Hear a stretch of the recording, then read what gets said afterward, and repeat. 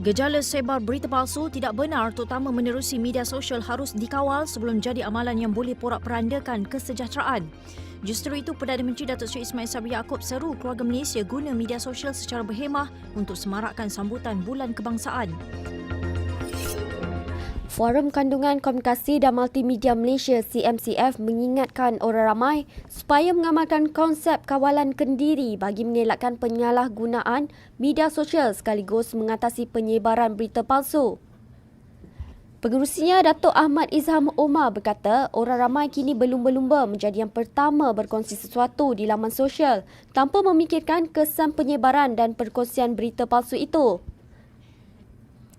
Menurut Ahmad Izam lagi, sepanjang tahun lalu, CMCF menerima 395 aduan berkaitan penyalahgunaan media sosial termasuk penyebaran berita palsu. Jumlah kes salah guna saluran komunikasi mengikut Akta Komunikasi dan Multimedia 1998 menunjukkan tren meningkat sejak awal tahun ini.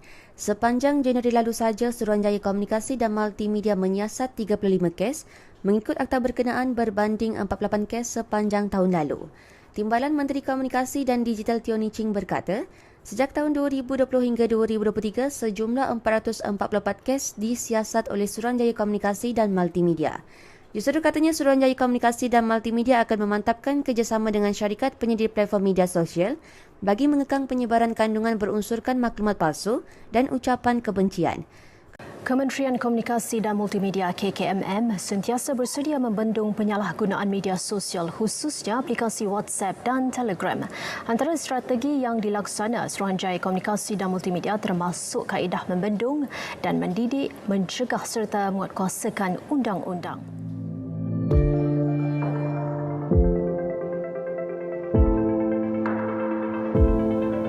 Bismillahirrahmanirrahim. Assalamualaikum dan salam sejahtera.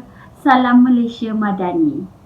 Alhamdulillah, bersyukur kehadrat Ilahi dengan limpah rahmat dan kurnia-Nya dapat kami berkumpul menyiapkan atau melaksanakan satu tugasan berkumpulan, iaitu forum yang bakal membincangkan isu-isu yang melibatkan profesion keguruan ataupun kerjaya sebagai seorang guru.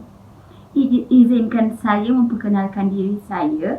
Saya Raja Nurbaizura binti Raja Abdullah, merupakan moderator pada forum kali ini.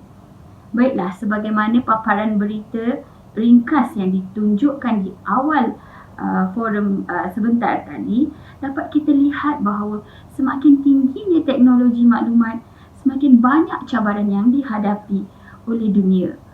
Baiklah, antara cabaran-cabaran yang dihadapi seperti penyalahgunaan teknologi maklumat di kalangan masyarakat. Hal ini boleh mengakibatkan kesan yang negatif ataupun kesan buruk terhadap kehidupan seseorang individu. Bercakap tentang penyalahgunaan media sosial dalam konteks pendidikan, sebenarnya ia merupakan sesuatu yang dipandang serius dan dititik beratkan lebih-lebih lagi dalam profesion ataupun kerjaya sebagai seorang guru serta sebagai seorang penjawat awam.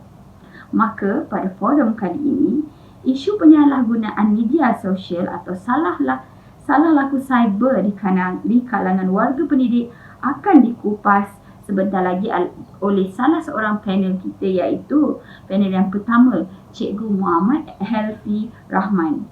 Tapi sebelum itu, mari kita sama-sama saksikan sedikit sedutan berita ini. Kementerian Pendidikan akan mengambil tindakan ke atas guru yang didapati memuat naik video yang mempunyai unsur negatif ke laman media sosial seperti TikTok. Timbalan Menteri Pendidikan Datuk Dr. Mahang Suna berkata, pihaknya akan memperhalusi lebih lanjut perkara berkenaan demi memelihara nama baik institusi pendidikan negara. Jadi saya rasa sebagai seorang yang terlatih guru, ya, yang bergelar guru, maka hendaklah mereka memahami tugas dan tanggungjawab mereka. Ya. Jadi adalah untuk mendidik, memastikan anak didik mereka ini akan jadi insan yang baik. Itu yang kita sebut sebagai kemenjadian murid, ya. Bukan saja dari pencapaian akademik semata-mata, tetapi juga kepada aspek rohani dan juga sosial. Itu sangat penting. Ya. apa yang berlaku, jadi kita akan ambil tindakan yang berpatutan. Baiklah, itulah dia sedikit paparan berita tentang penyalahgunaan media sosial di kalangan guru-guru di Malaysia. Baiklah, para penonton sekalian, sebelum kita mengupas dengan lebih lanjut isu kita pada hari ini, izinkan saya memetik sedikit tentang definisi etika sebenarnya. Dalam konteks perguruan, etika dan kod perguruan itu adalah amat penting. Dan etika berasal daripada perkataan Greek ethos, diartikan sebagai sikap dan adat yang menentukan tingkah laku, iaitu penemuan baik buruk perbuatan manusia. Etika berkait rapat dengan moral, akhlak dan nilai. Sungguh pun secara terperinci terdapat perbezaan ketara antara satu dengan yang lain. Maka dengan berpegang kepada kod dan etika perguruan seperti ini, maka seseorang guru perlulah memperhalusi, meningkatkan perilaku mereka ataupun berpegang kepada akhlak atau tingkah laku yang baik dalam profesyen keguruan mereka. Seterusnya, antara kepentingan kod etika keguruan di Malaysia, di mana kod etika keguruan menyediakan garis panduan sebagaimana guru perlu bertingkah laku baik dalam profesyen keguruan, sesuai untuk diamal dan dirujuk oleh semua guru-guru. Kod etika perguruan juga menyatakan dengan jelas tentang tanggungjawab guru terhadap pemegang amanah dalam bidang pendidikan. Guru perlu lebih faham dan jelas tentang tanggungjawab mereka. Kandungan yang dinyatakan dalam kod etika perguruan di negara ini menunjukkan perbezaan tertentu berbanding kod etika di negara lain. Maka guru perlu melihat keunikan etika yang diamalkan sama ada di negara kita maupun di negara lain. Kod etika dalam membentuk dokumen usaha dan menyimak semula kod etika ini dapat dilakukan bagi kecemerlangan sesuatu profesyen, dapat dilihat sejauh mana etikanya boleh dipertahankan, dikuatkuasakan. Maka untuk meneruskan lagi perbincangan kita pada forum kita pada kali ini, saya ingin bertanya kepada Cikgu Elfie tentang isu kita yang pertama, iaitu salah laku guru yang bercanggah dengan kod etika keguruan di Malaysia dan juga yang melanggar kepada undang-undang cyber. Dipersilakan Cikgu Elfie.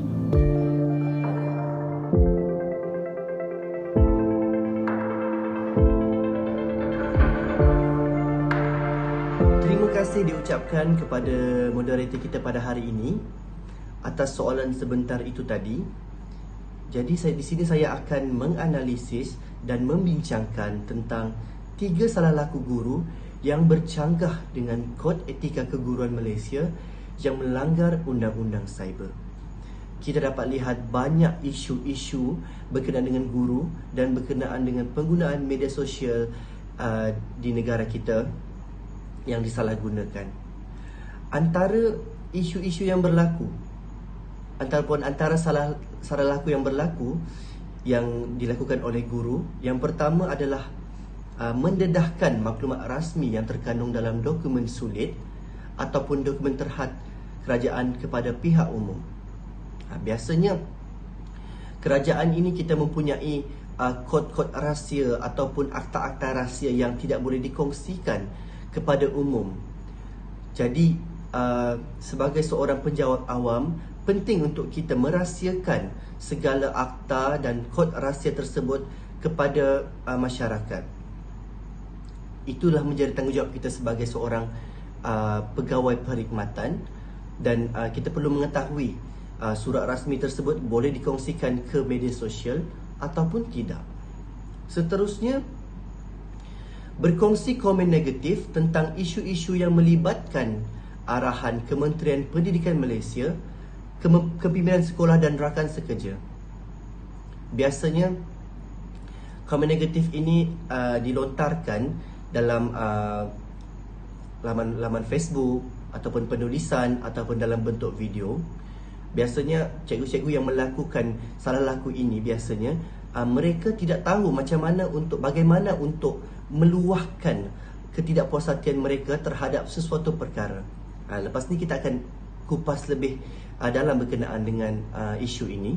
Dan seterusnya, yang ketiga, salah laku yang ketiga ialah membuat sebarang pernyataan yang menyentuh perkara yang boleh menjejaskan imej dan dasar kerajaan, maklumat berbentuk fitnah, hasutan dan lucah, atau cuba memprovokasikan sesuatu isu yang menyalahi peraturan dan undang-undang atau perkara yang menyentuh sensitiviti individu atau kumpulan tertentu yang boleh menimbulkan suasana yang tidak harmoni. Biasanya perkara-perkara yang sebegini berlaku masa musim politik ataupun bersifat kekauman. Baiklah, seterusnya saya akan kupas lebih lanjut berkenaan dengan 3 salah laku ini. Seterusnya kita akan melihat kenapa perkara-perkara salah laku berlaku di kalangan guru. Seterusnya, kenapa? Yang pertama, para guru ini, mereka kurang pengetahuan terhadap undang-undang cyber. Baiklah, seperti apa yang sedia maklum ataupun seperti apa menurut kajian saya, kerajaan telah menggariskan satu panduan undang-undang cyber yang perlu dipatuhi oleh setiap guru.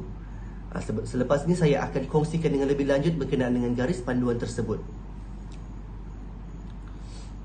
Seterusnya, kenapa? Yang kedua adalah merasa tidak puas hati dengan kerajaan ataupun rakan sekerja. Golongan-golongan ini, apabila mereka merasa tidak puas hati dengan mungkin pemerintahan ataupun pentadbiran sekolah ataupun masalah rakan sekerja, jadi mereka menggunakan media sosial untuk meluahkan ketidakpuashatian mereka dan juga untuk menyuarakan pendapat mereka terhadap sesuatu perkara. Saya ingin berkongsi kepada anda semua berkenaan dengan isu yang sebegini yang pernah berlaku di negara kita, di mana seorang guru matematik telah dijatuhkan pertuduhan di mana dia telah meluahkan rasa tidak puas hati dia terhadap tidak puas hati terhadap pendidikan, sistem pendidikan di Malaysia, di mana dia telah dijatuhkan tuduhan.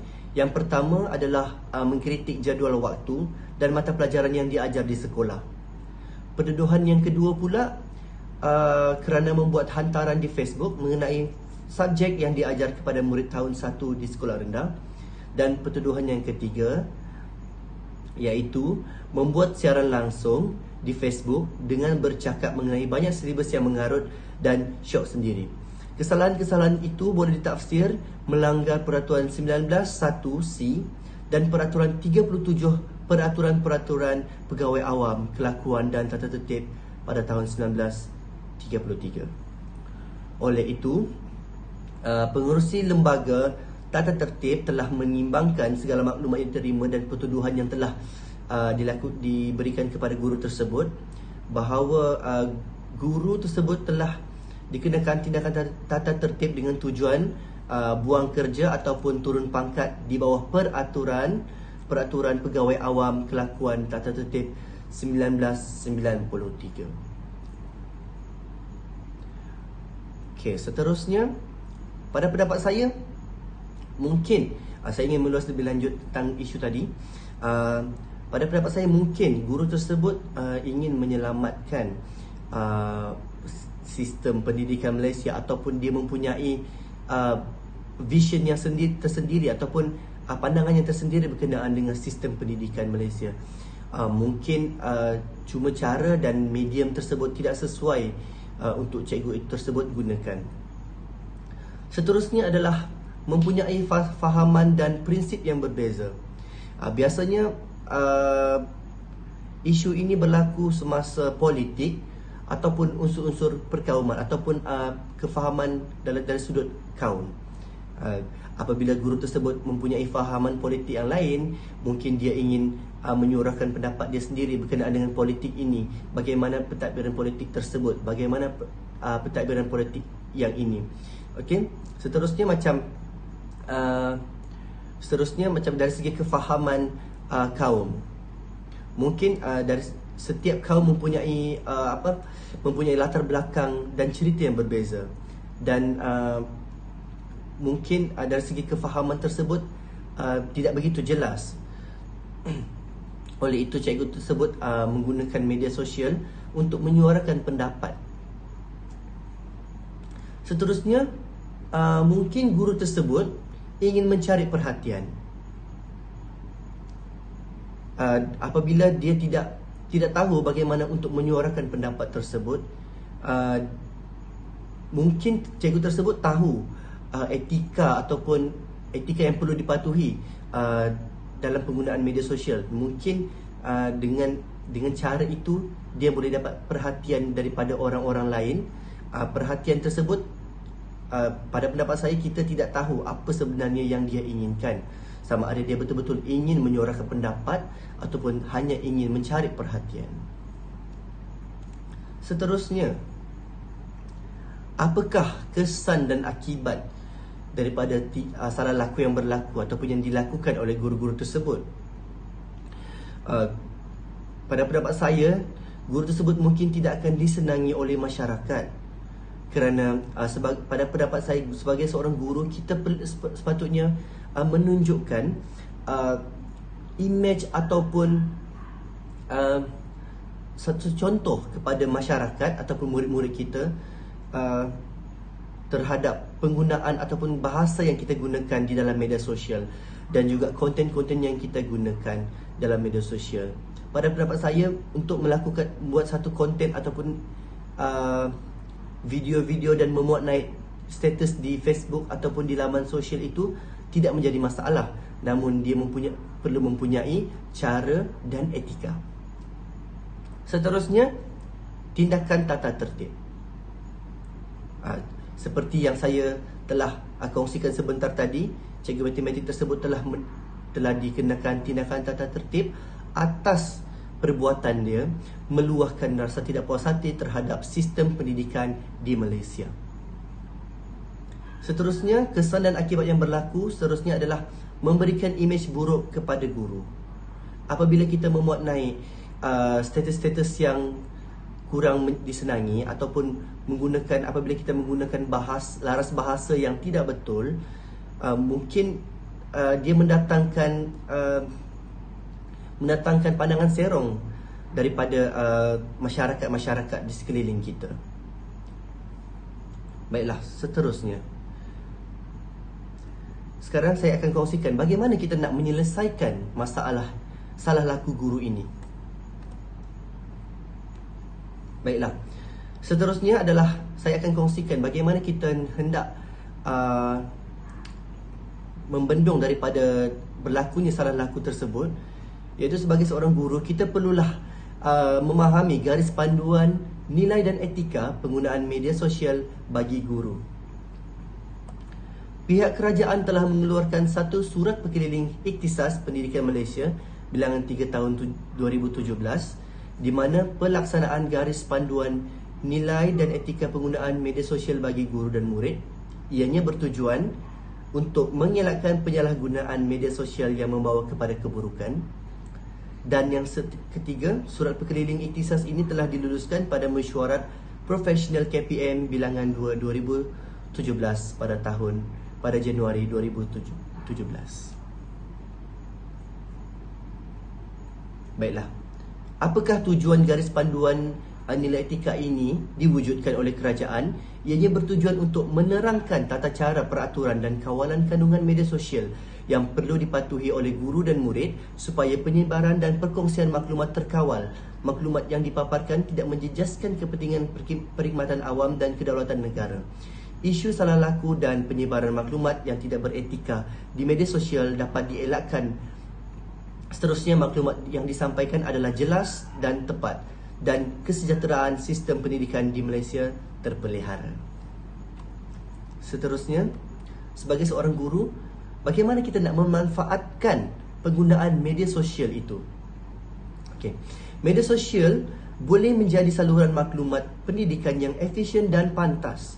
Media sosial membolehkan agensi menyampaikan dan mendapatkan maklum balas daripada orang awam dan pemegang amanah terhadap penerimaan dasar, program dan perkhidmatan agensi.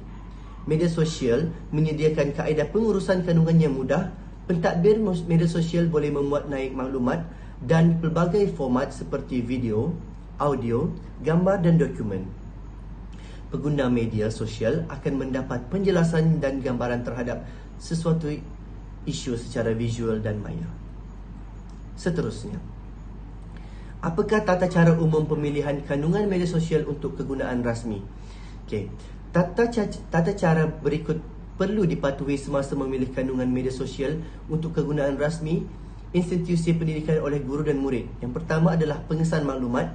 Maklumat tersebut perlulah tepat, sahih dan tidak mempunyai unsur fitnah. Seterusnya, perbincangan awam. Perkhidmatan perlu diberi terhadap setiap komen, pernyataan atau maklumat yang dikongsi di media sosial bagi menjaga imej dan rahsia kerajaan. Dan yang ketiga, muat naik bahan. Bahan-bahan rasmi yang hendak dimuat naik hendaklah disemak dan mendapat pengesahan kelulusan daripada ketua jabatan dari institusi pendidikan. Walau bagaimanapun, bahan rasmi yang diambil daripada portal seperti portal VLE Frog ataupun portal data yang hendak dimuat naik tidak perlulah disemak dan disahkan sekiranya tiada penambahan maklumat kerana bahan rasmi tersebut telah mendapat kelulusan ketua jabatan terlebih dahulu sebelum dimuat naik ke portal.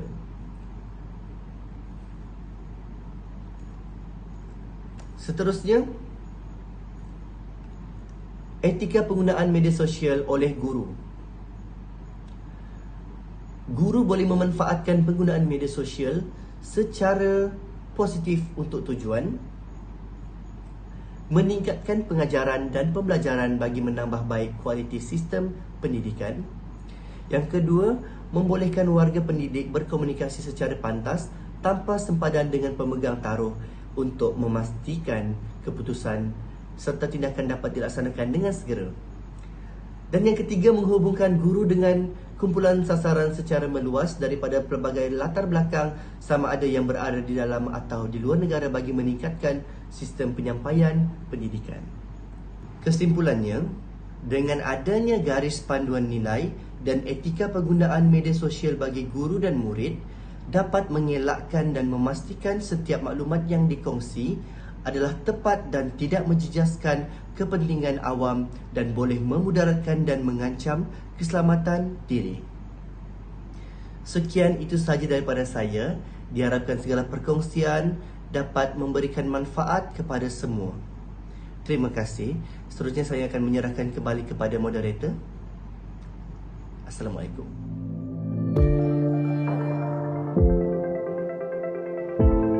Baiklah, terima kasih kepada Cikgu Elfie atas perkongsian yang begitu padat dan bermanfaat untuk kita semua. Saya begitu tertarik dengan apa yang Cikgu Elfie katakan tadi sebagai media sosial sebenarnya bukan sahaja boleh memberi satu cabaran dan ke arah sesuatu yang negatif semata-mata, malah sebenarnya penggunaan media sosial yang secara positifnya, kalau kita tengok daripada sudut positifnya, sangat membantu guru-guru dalam proses pengajaran dan pembelajaran, malah meningkatkan kualiti sistem pendidikan di negara kita. Seterusnya, antara perkara yang penting, apa yang saya dapat simpulkan, perkara yang penting yang Cikgu Elfie cuba sampaikan ialah bahawa dengan adanya garis panduan dan etika penggunaan media sosial, guru-guru mungkin dapat mengelakkan dan memastikan setiap maklumat yang dikongsikan adalah tidak bercanggah dengan etika keguruan yang sepatutnya. Baiklah, untuk mengupas isu yang kedua, iaitu isunya adalah kesan salah laku guru kepada murid dari aspek hak asasi kanak-kanak. Yang ini tajuk kupasan kita yang kedua ini agak menarik ya, di mana biasanya kita memang selalu terdedah dengan banyak berita-berita yang melibatkan salah laku guru terhadap murid. seperti keganasan, kekasaran, penderaan guru terhadap murid. Maka di sini kita ingin membincangkan kesan terhadap salah laku tersebut dari aspek hak asasi kanak-kanak. Jadi untuk membincangkan isu ini, saya menjemput panel kita yang kedua, iaitu Cikgu Muhammad Arif Nazri bin Samsudin untuk mengupas dengan lebih lanjut tentang isu ini. Dipersilakan Cikgu.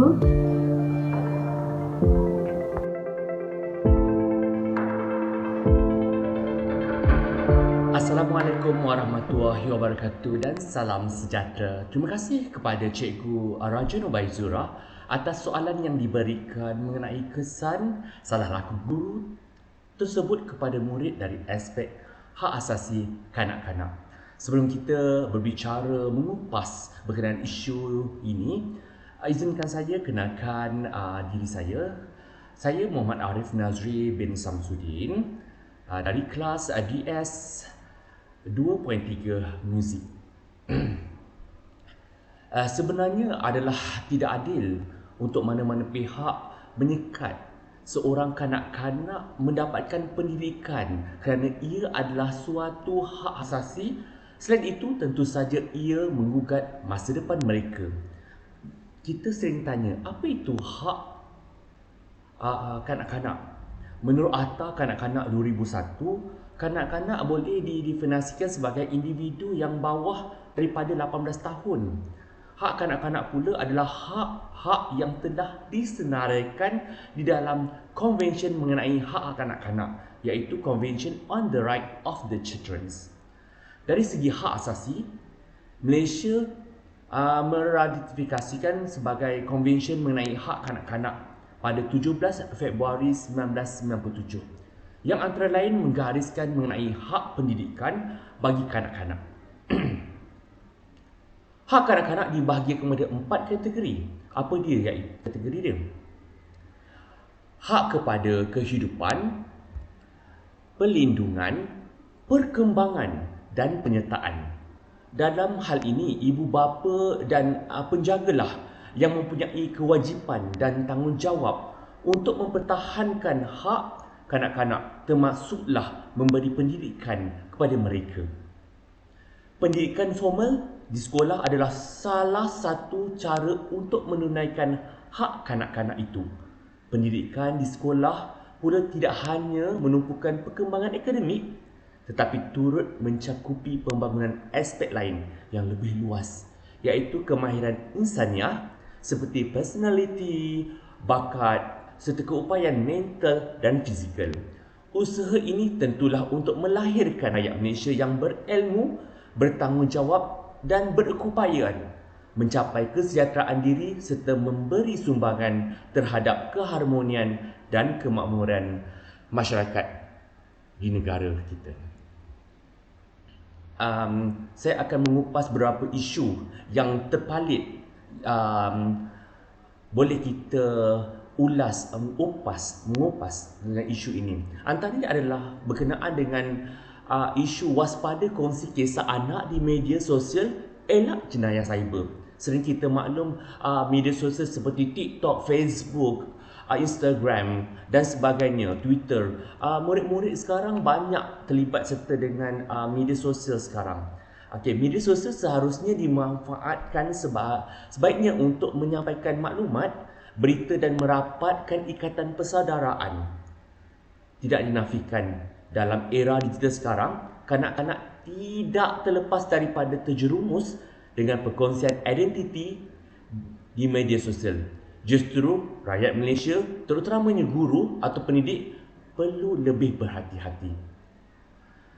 Dalam kongsi kandungan media sosial peribadi, mereka apabila membabitkan golongan kanak-kanak, undang-undang khusus mengenai kanak-kanak belum ada lagi peraturan khas untuk digital ini. Antara lainnya, pelihara hak peribadi. Oleh itu, sebelum membuat apa-apa perkongsian di media sosial, ibu bapa perlu memikirkan dahulu risiko pelanggaran hak peribadi dan ancaman jenayah cyber yang mungkin menimpa anak-anak ini. lagi satu poin adalah sifat malu perlu ada dalam diri. Sama ada orang dewasa ataupun kanak-kanak itu sendiri. Ruangan boleh dikupas di sini adalah ruangan media sosial seharusnya dimanfaatkan sebaiknya untuk menyampaikan maklumat, berita dan merapatkan ikatan persaudaraan. Malangnya, kerana kurang atau hilangnya sifat malu, sebahagian daripada manusia rela berkongsi apa saja tindak tanduk dan tingkah laku di media sosial demi meraih perhatian ramai. Justru saya ingatkan balik kepada semua sekali, termasuklah guru yang sentiasa berurusan dengan kanak-kanak, perlu dididik mengenai bahaya dan akibat perkongsian kandungan di media sosial. Janganlah kerana hendak mengejar mengikut follower yang begitu ramai sehinggalah konten-konten yang tidak orang kata tu bernas, yang tak logik, yang mengaitkan antara kanak-kanak atau murid itu sendiri.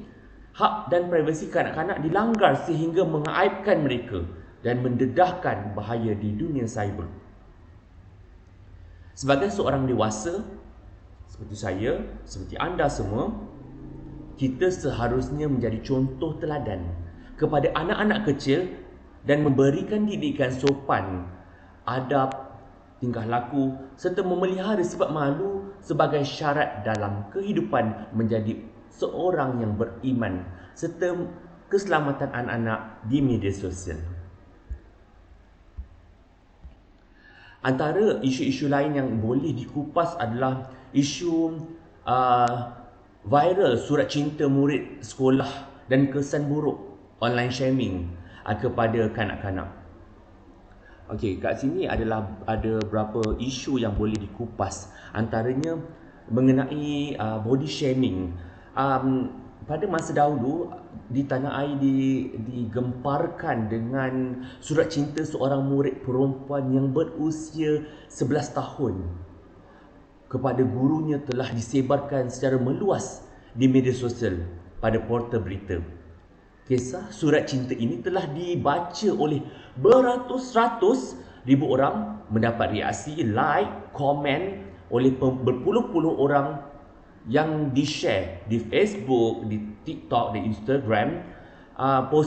Setakat posting itu ditulis. Bayangkan, banyak sekali orang telah mengecam kanak-kanak tersebut. Surat yang jelas memaparkan nama murid tersebut. Kat sini saya tak boleh sebutlah nama murid tersebut. Dan disertakan gambar guru lelaki tersebut telah mengundang reaksi yang pelbagai, kebanyakannya mentertawakan mereka, mengecam dan mengutuk kanak-kanak tersebut. Menurut bacaan saya sendiri, saya difahamkan surat itu dimuat naik oleh rakan baik kepada guru tersebut. Bayangkan, kawan guru tersebut, kawan sejawat guru tersebut telah memuat naik video tersebut. Saya tidak tahu apa tujuan surat itu dimuat naik. Mungkinkah untuk mengajar kanak-kanak tersebut? Kita sering tanya, adakah kanak-kanak tersebut, guru tersebut nak ajar sebab telah menulis surat ke, telah menggoda guru tersebut? Kita tak tahu. Atau mungkinkah untuk mendapatkan like? Guru tersebut nak dapatkan like yang banyak, that's why dia orang kata tu share, like, post di mana-mana. Mungkin dapatkan konten yang baik. Seorang budak telah menulis surat. Mungkin antara asbab lain adalah untuk mempromosikan guru-guru kacak di sekolah. Kononnya dia kacak dan anak murid ramai di sekelilingnya nak mengurat dia ke, nak apa ke, supaya murid-murid bersemangat untuk belajar. Walau apa pun tujuannya yang berlaku, mengingatkan saya kepada kes-kes yang sebelum ini.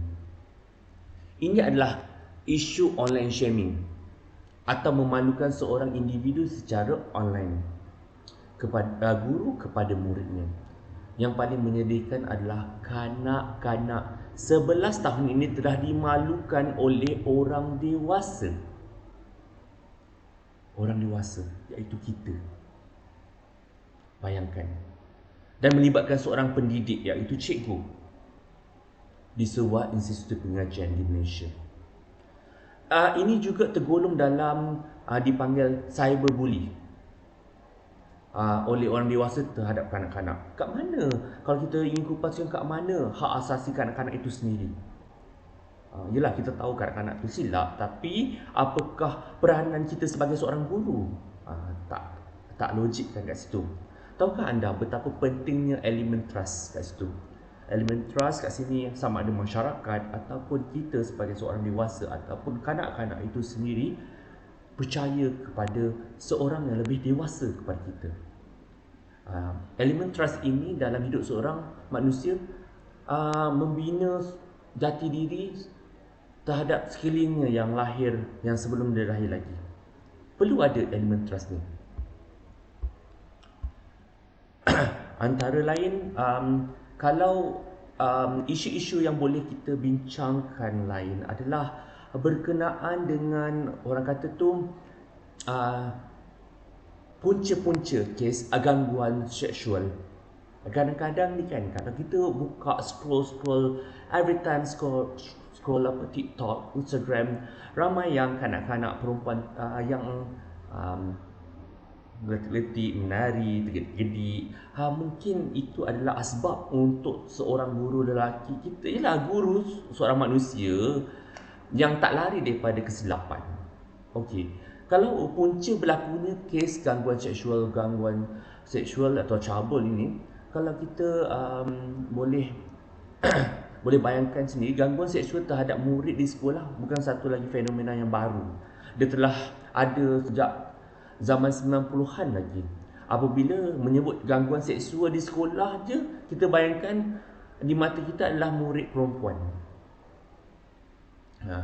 Murid perempuan adalah golongan yang menjadi mangsa dan pelakunya adalah seorang guru lelaki. Kadang-kadang murid yang diganggu, dicabul atau diganggu seksualnya mengalami contohnya dia iaitu dicium, seringkali merasa diri mereka sebagai mangsa yang menukar corak hidup mereka menjadi pendiam, kurang bergaul dan sebagainya. Murid yang menjadi mangsa ini tidak menghadirkan diri ke sekolah sebab dia terlalu takut. Sebab kalau dia datang je, mungkin kawan-kawan dia kecam atau cikgu tu ugut dan sebagainya. Hal ini menyebabkan peluang untuk belajar mereka terganggu dan menjejaskan masa depan murid-murid tersebut. Yalah, kadang-kadang kita fikir dia buat silap, tapi kita bagi peluang dan ruang kepada murid-murid tersebut. Tak semestinya kalau kita silap sekali, 2-3 kali akan jadi silap. Mungkin dia boleh perbaiki daripada semasa ke semasa. Tapi kesan daripada murid-murid tersebut adalah orang sekeliling mereka yang telah dibuat oleh guru tersebut, yang telah dipergoda, dicabul, diganggu oleh guru tersebut. Murid yang mengalami gangguan seksual akan mengalami gangguan dan tekanan emosi yang tinggi jika tidak diberi rawatan konseling. Kadang-kadang konseling ni sendiri perlu memainkan peranan. Konseling di sekolah perlu memainkan peranan. Tak terkecuali juga kadang-kadang cikgu-cikgu konseling juga yang saya dapat tahu ada yang telah sebarkan aib murid tersebut.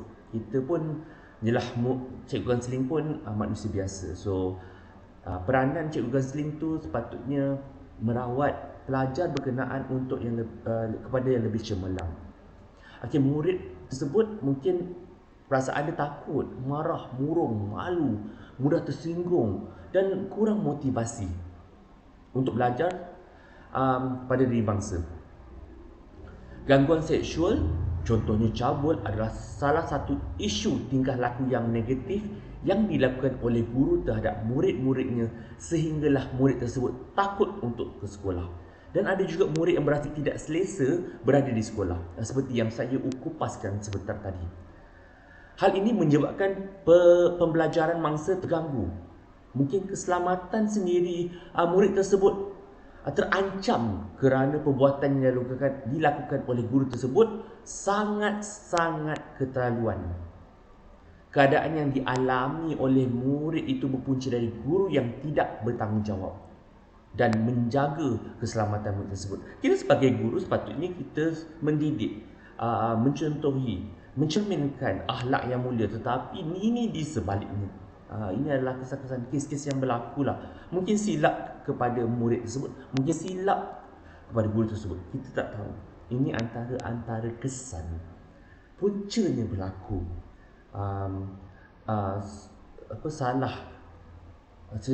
salah laku guru kepada murid. Kat sini ingin saya kupaskan kesan daripada isu dan masalah ini terjadi. Antaranya adalah implikasi yang akan menimpa guru yang melakukan perbuatan ini. Apa kesan dia? Apa yang kita bayangkan kesan guru tersebut? Ia akan menyebabkan hubungan guru dan murid menjadi semakin renggang. Guru-guru A kepada murid B akan menjadi kurang renggang. Mungkin guru A itu sendiri akan renggang kepada seluruh murid di sekolah itu sendiri. Murid yang menjadi mangsa, murid akan merasa benci dan takut untuk menjalani proses pengajaran dan pembelajaran bersama guru tersebut. Akibatnya guru tersebut telah membuat satu kes-kes jenayah seperti yang mencabul ke whatever ke. So kurangnya hormat murid tersebut terhadap guru tersebut. Selain itu, hubungan guru dan rakan sekerjanya sejawatnya juga akan musnah kerana mereka semua tidak lagi mempercayai guru tersebut. Selepas sekali melakukan perkara yang tidak senonoh, guru tersebut akan mengalami tekanan emosi. Juga adalah kesan jangka pendek yang akan dihadapi di mana guru tersebut mungkin mengalami kronik jiwa yang serius akibat dari perbuatannya. Bayangkan di sekeliling, di sekolah, guru tersebut telah dipulaukan. Telah dipulaukan oleh beberapa orang cikgu, kawan sejawatnya atau AKP ataupun sebagainya. Guru tersebut kesannya adalah mungkin dia depressed, anxiety ataupun kurang motivasi untuk datang ke sekolah, kurang motivasi untuk hadir ke sekolah. Maka jadilah pelbagai lagi masalah lain yang berlaku terhadap guru tersebut.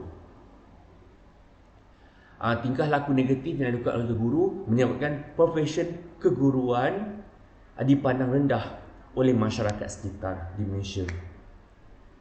Apa yang boleh disimpulkan di sini di pendapat peribadi saya adalah guru, iaitu saya sendiri sebagai guru ataupun anda semua, sepatutnya menjadi seorang insan yang boleh dipercayai, yang menjaga maruah muridnya walaupun muridnya membuat silap. Guru sepatutnya menjadi seorang insan yang membimbing seorang kanak-kanak yang melakukan kesilapan dengan cara yang berhemah, yang bersesuaian dengan pendidikan dan latihan tentang psikologi pelajar telah akan diterima memasuki profesion keguruan. Guru sepatutnya menjadi seorang manusia yang mempunyai empati, kesian ataupun sebagainya kepada murid yang tersilap langkah. Guru tidak sepatutnya mengikut emosi seperti kanak-kanak. Guru tidak sepatutnya memalukan muridnya itu sendiri. Okey, itu saja daripada saya. Terima kasih. Kita sambung kembali kepada moderator.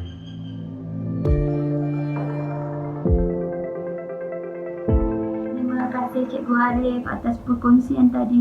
Saya kira perkongsian Cikgu Arif tadi adalah satu perkongsian yang begitu memberi impak, bukan sahaja kepada diri saya, malah kepada semua orang yang menonton forum kita pada hari ini. Di mana hal ini bukanlah perkara yang boleh diambil remeh, iaitu kesan salah laku guru terhadap murid. Ianya boleh mengakibatkan kesan mental, kesan fizikal dalam perkembangan atau kemenjadian seseorang murid. Jadi saya berpendapat bahawa seseorang guru perlulah berpegang teguh kepada prinsip-prinsip dan kod etika perguruan yang telah digariskan selari dengan matlamat dasar pendidikan negara, falsafah pendidikan kebangsaan dan sebagainya. Saya kira perkongsian kita pada hari ini sangat padat dan semoga ia memberi manfaat kepada para penonton yang menonton dan juga memberi manfaat kepada diri saya sendiri sebagai seorang guru. Segala perkongsian yang dikongsikan oleh para panel kita akan insya-Allah akan dimanfaatkan atau dijadikan rujukan. Dan terima kasih Cikgu Elfi dan Cikgu Arif kerana sudi berkongsi pandangan, pendapat tentang isu-isu yang kita bangkitkan pada hari ini, iaitu isu-isu dalam profession sebagai seorang guru ataupun kerjaya sebagai seorang guru. Akhir kata dari saya, we love, we care and we share. Terima kasih. Sehingga berjumpa lagi. Assalamualaikum.